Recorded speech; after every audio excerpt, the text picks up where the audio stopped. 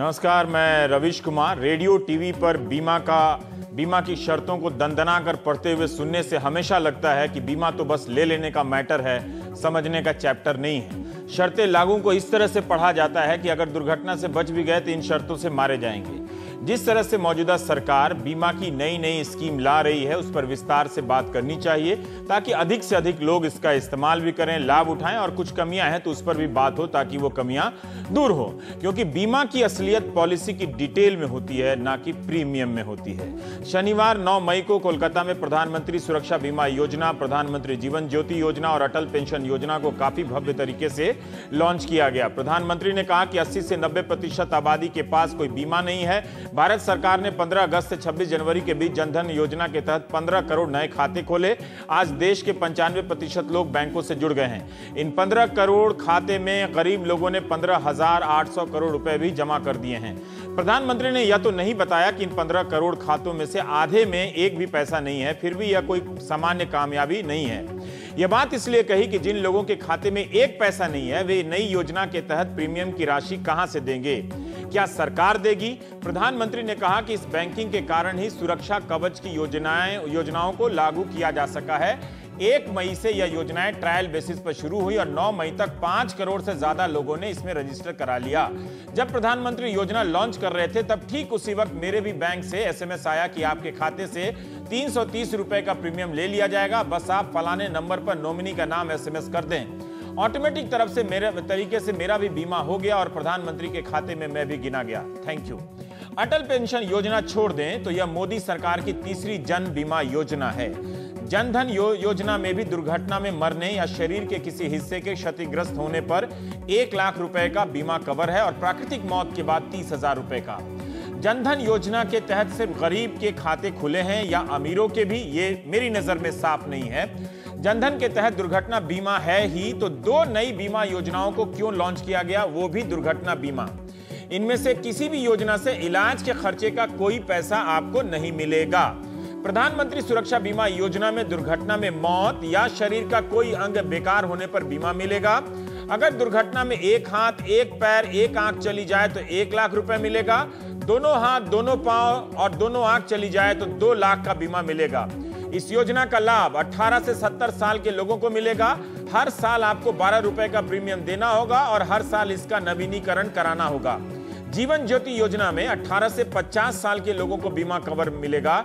किसी भी कारण से मृत्यु के बाद बीमा धारक के परिवार को 2 लाख मिलेगा। इसमें आपदा भी है।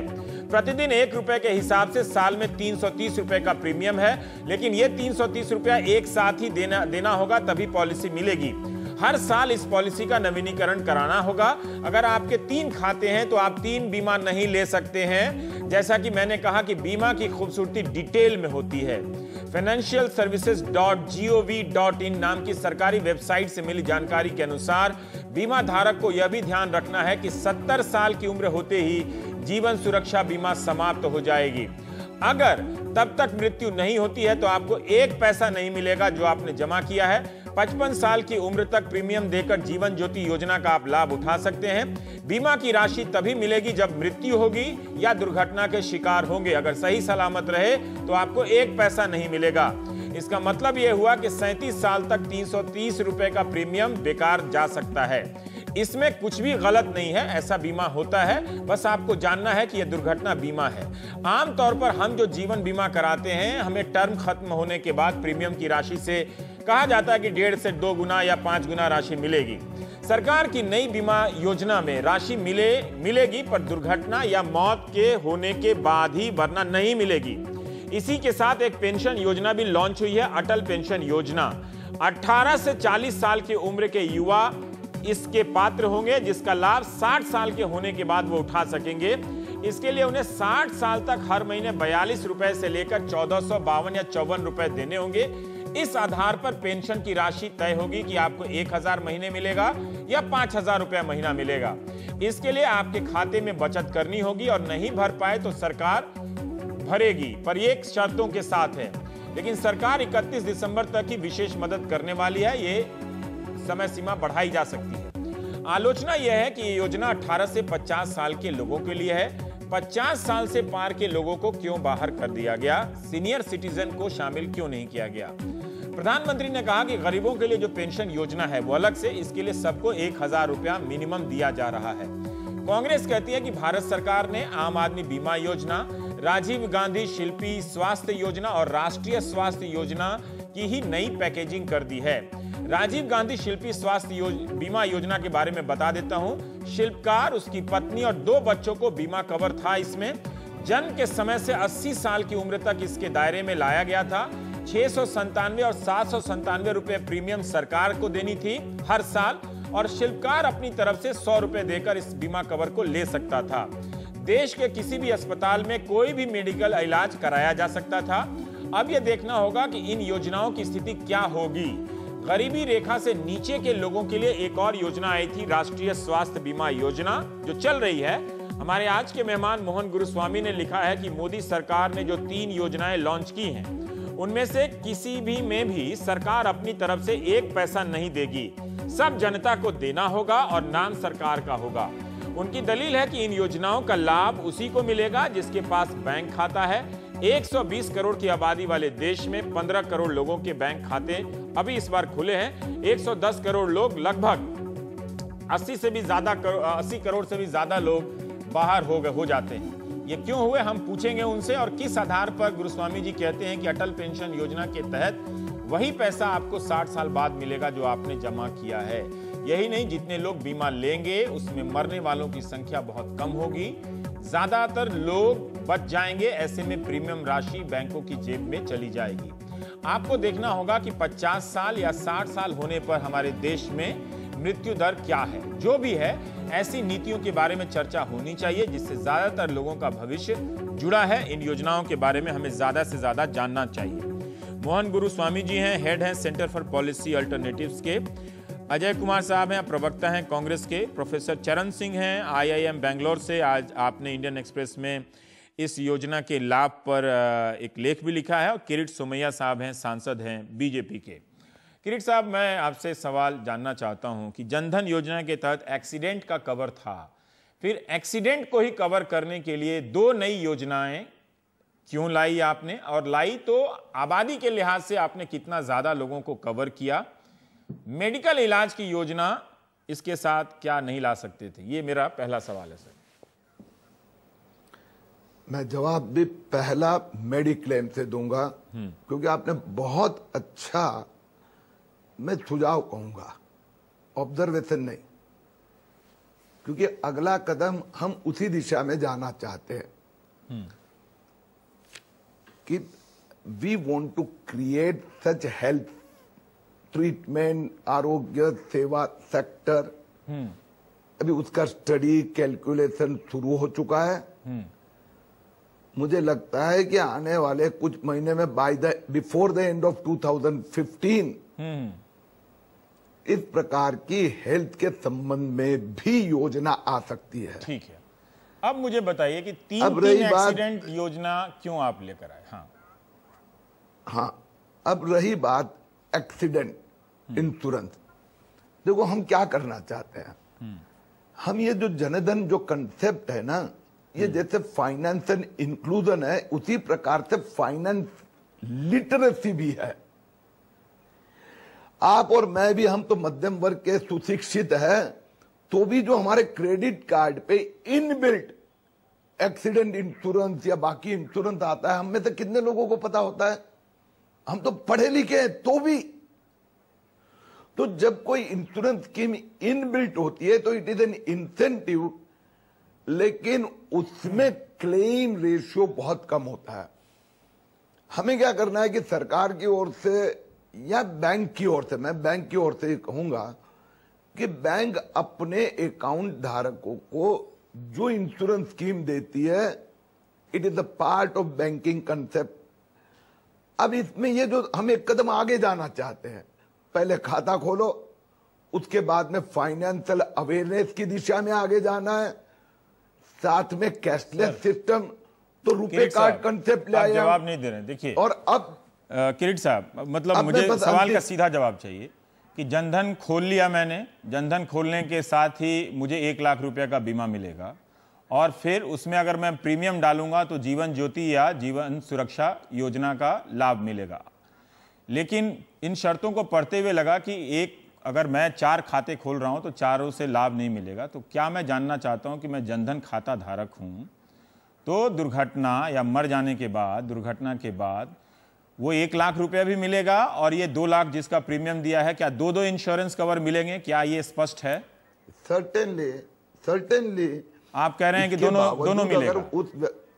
आप कह रहे हैं दोनों का लाभ मिलेगा। इंश्योरेंस मैं चेक कर लूंगा, लेकिन इंश्योरेंस की जो गाइडलाइन है वो बहुत स्पष्ट होती है। मैं व्यक्तिगत और भी तीसरा कोई और कंपनी से निकालता हूं, क्योंकि मैं जानना चाहता हूं कि मैं ये जनधन का अकाउंट है, जैसे मान लीजिए कि ये जनधन अकाउंट है, इसमें मैं जीवन ज्योति और जीवन सुरक्षा योजना क्या मैं दोनों ले सकता हूं, प्लस जनधन के साथ जो इंश्योरेंस है वो ले सकता हूं, या इन तीनों में से कोई एक ले सकता हूं?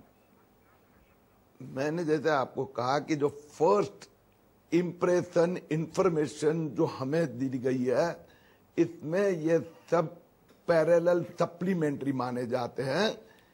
फिर भी आपने बहुत ही तकनीकी नहीं, मैंने सिंपल सवाल पूछा सर। गणित में तो मैं इतना जीरो हूं कि आपको हंसी आएगी, इसलिए वो उसमें नहीं जा रहा चाहिए। लेकिन सिंपल सवाल पूछा मैंने कि जनधन 2-2, 3-3 एक्सीडेंट का दिया आपने, मेडिकल का हो सकता है कि आप अभी देने वाले हैं, लेकिन मैं जानना चाह रहा था कि अगर मैं उन लोगों में से हूं, पहले ये भी मुझे स्पष्ट नहीं है क्या मैं भी योग्य हूं इसको लेने के लिए, या ये योजना सिर्फ गरीब लोगों के लिए है, ये मुझे स्पष्ट नहीं है। लेकिन मुझे एसएमएस आया था और कई लोगों को भी एसएमएस आया, तो मान लेते हैं कि कोई ये यूनिवर्सल स्कीम है। क्या ये यूनिवर्सल स्कीम है या एज के हिसाब से यूनिवर्सल स्कीम है 18 से 50? वास्तव में अभी इसमें कोई आर्थिक बंधन नहीं रखा गया है। ओके, अजय। देखिए रवीश जी, एक तो किरीट जी इतने सीनियर आदमी और उनको भी समझ में नहीं आ रहा है इस स्कीम के बारे में, और हम तो काफ़ी कंफ्यूज थे, क्योंकि अटल बीमा योजना और एक स्वावलंबन योजना थी, वो एक ही तरह का योजना, आइडेंटिकल है, हर तरीके से आइडेंटिकल स्कीम है। हम परेशान थे जब से हमें कार्यक्रम से आने से पहले हम परेशान हो गए थे कि समझ में नहीं आ रहा था कि किस तरह से ये अटल बीमा योजना पुराने पेंशन स्कीम से अलग है। पीएमएम भी वही है, टाइम भी वही है, वो 5 साल का समय तक सरकार उसको 1000 रुपए का सपोर्ट करेंगे। वो तो एक बीमा योजना की बात जो हम करना चाहते हैं। तो स्पष्ट हो जाता है कि ये सरकार जो है रीपैकेजिंग, रीनेमिंग के एक्सपर्ट तो है ही, तो इसलिए एक पुराना स्कीम को लेकर के वो अपने नाम बदल करके उन्होंने एक जो है, क्योंकि ये आइडेंटिकल है, अगर ये कहें 2009 में, सिर्फ 2009 में जो जो 2010 से जो शुरू हुई थी वो स्कीम और ये स्कीम आइडेंटिकल है हर तरीके से। और आइडेंटिकल है, लेकिन मैं देख रहा था स्कूल पर अनुमेया यादव ने लिखा है कि जो स्वावलंबन योजना है वो भी मजदूरों को ज्यादा लाभ नहीं पहुंचा सकी, और 40-43 करोड़ मजदूर में से कोई 30 लाख ही इसका लाभ ले सके। एकदम आपके बात से हम एकदम सहमत है, थोड़े से अंतर होंगे कि उस क्या आप ये कह रहे हैं कि एक औसत योजना की नई पैकेजिंग करके उससे बढ़िया बताया जा रहा है? और मेरा ये कहना है कि नहीं, और मैं ये भी कहना चाह रहा हूँ कि वो स्कीम थी, वो नियत अच्छा था, स्कीम कुछ लोग को जरूर फायदा पहुंचाया गया था, नियत ठीक है, नहीं नियत भी थी, लेकिन उसी योजना को सुधारते, जैसे कि उसके फंडिंग के बारे में काफी चर्चा हुई थी। और जहां तक बीमा योजना है, आप देख लीजिए, एक और जुमला है, एक आम आदमी बीमा योजना चल रहा था जिसमें सरकार ने कहा कि 200 रुपए का प्रीमियम सरकार देगी जो बीपीएल लैंडलेस लोग के लिए है, अगर वो आप नहीं है तो 100 रुपए के योजना के, तो आम आदमी बीमा योजना पहले से ये योजना चल रही है। अच्छा, आम आदमी सरकार से पहले, पार्टी से पहले आम आदमी बीमा योजना, आम आदमी बीमा योजना चल रही थी, अच्छा, पहले से ही, और उसका काफी बहुत बड़े संख्या में उसके जो शामिल हुए उस कार्यक्रम, उस योजना में। और अगर हम संख्या बता देंगे, उस कार्यक्रम में 75,000 मौत के लिए और डिसेबिलिटी के लिए 30,000 था। तो मेरा ये कहना है, इसमें 1 लाख कर दिया गया। लेकिन मेरा ये कहना है कि चलते हुए स्कीम को आप उसको सुधारते, आपने एक और शुरू कर दिया, तो जो पुरानी स्कीम में उनके क्या स्थिति होगी इस पर सरकार, क्योंकि करीब 17 करोड़। आप ये कह रहे हैं कि इन्होंने नहीं बताया कि हम पुराने स्कीम को और बेहतर करके लागू कर रहे हैं, बल्कि उनके बताने से ये लग रहा है कोई नई योजना लागू कर रहे हैं। इसमें आपको समस्या है? समस्या जरूर इस पर है। दूसरी बात है, जैसे गुरुस्वामी जी ने कहा था कि प्रधानमंत्री योजना, नाम तो अपने दोनों योजना पर प्रधानमंत्री जी का नाम डाल दिया, यहां पर सरकार के 1 रुपए का भी योगदान नहीं है। कहीं से भी सरकारी कंट्रीब्यूशन है, अटल योजना को छोड़ करके सरकार का योगदान कुछ नहीं है, सरकार 1 रुपए भी नहीं दे रही है। तो फिर आप किस आधार पर अटल योजना में भी नहीं, तो आप किस आधार पर प्रधानमंत्री महोदय अपने नाम लगा रहे हैं इस पर, जबकि आपके योगदान 1 रुपए भी नहीं है, सब जनता के पैसे से, जनता के आधार पर आप उसी के एन्युटी के आधार पर। क्या ये सही है किरीट सोमैया जी कि इस योजना में सरकार की कोई देनदारी नहीं है सिवाय योजना लॉन्च करने के? जो जनता भरेगी, जितना भरेगी उसी के अनुपात में उसे मिलेगा। मैं पहले आपका एक कंफ्यूजन दूर कर दूं कि मैंने स्पष्ट कहा कि कोई भी व्यक्ति जितने अलग अलग एक्सीडेंटल इंश्योरेंस लेता है उसको उसके अलग अलग पैसे मिलते हैं। ठीक है। इस योजना this are the parallel separate योजना। जनधन ये मेरा अन्य बैंक अकाउंट भी है, तो उस पे मुझे एक्सीडेंटल इंश्योरेंस है, तो मुझे हर एक इंश्योरेंस मिलता है। इसमें भी वैसी ही कल्पना है। क्यों है? मतलब एक एक्सीडेंट का है तो जनधन में ही आप राशि बढ़ा सकते थे, उसको एक सुरक्षा बीमा योजना और ज्योति योजना अगर आपने बनाया है तो कुछ और भी तो तर्क होगा ना। नहीं मेरे भाई, एक मिनट, आप और मैं अलग अलग LIC पॉलिसी लेते हैं, अलग अलग इंश्योरेंस, एक्सीडेंटल इंश्योरेंस लेते हैं, मैंने विशेष तौर पे समझाया। अच्छा, दूसरी बात, ठीक है, जो मेरे सहयोगी कह रहे कि इसमें प्रधानमंत्री या सरकार का कोई कंट्रीब्यूशन नहीं है, मुझे समझ में नहीं आ रहा है कि भैया हमें तकलीफ क्या है। पहले अलग अलग नाम से स्कीम चल रही थी, अब ये नई सरकार आई, पहले ही सप्ताह में 5 करोड़ 70 लाख नहीं किरीट जी, मतलब देखिए, नंबर बताने का ना, नंबर बताने का एक अपना जादू होता है, वो नंबर लगने से लगता है काफी महत्वपूर्ण है। हम थोड़ा सा जानना चाहते हैं कि हमारे दर्शक नंबर इस कार्यक्रम को देखते हुए इस योजना को बेहतर ही समझे और खरीदे, मतलब उसको प्रीमियम भरें ताकि उनके पास और जानकारी जाए। इसलिए मैं ये कार्यक्रम कर रहा हूं।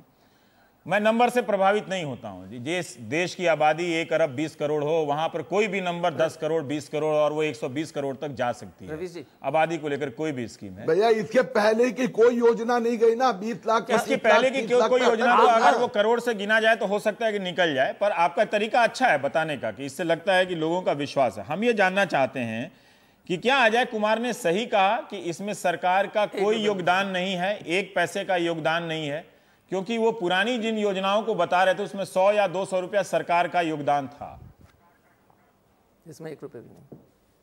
जी किरीट जी, ऐसा है कि वास्तव में ये जो इंश्योरेंस कंपनियां, इसमें एक तो LIC है।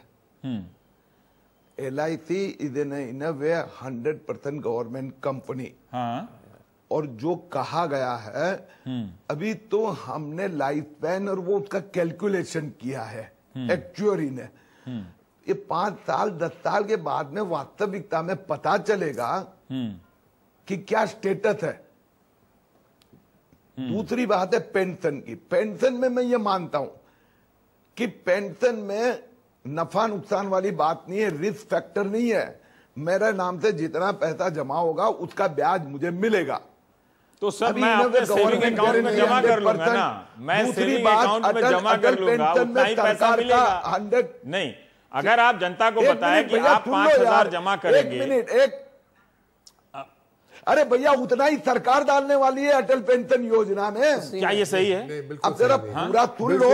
मैं लेकर आया हूं, जब तक आप बताएं 5 साल के डालोगे उतना सरकार डालने वाली है।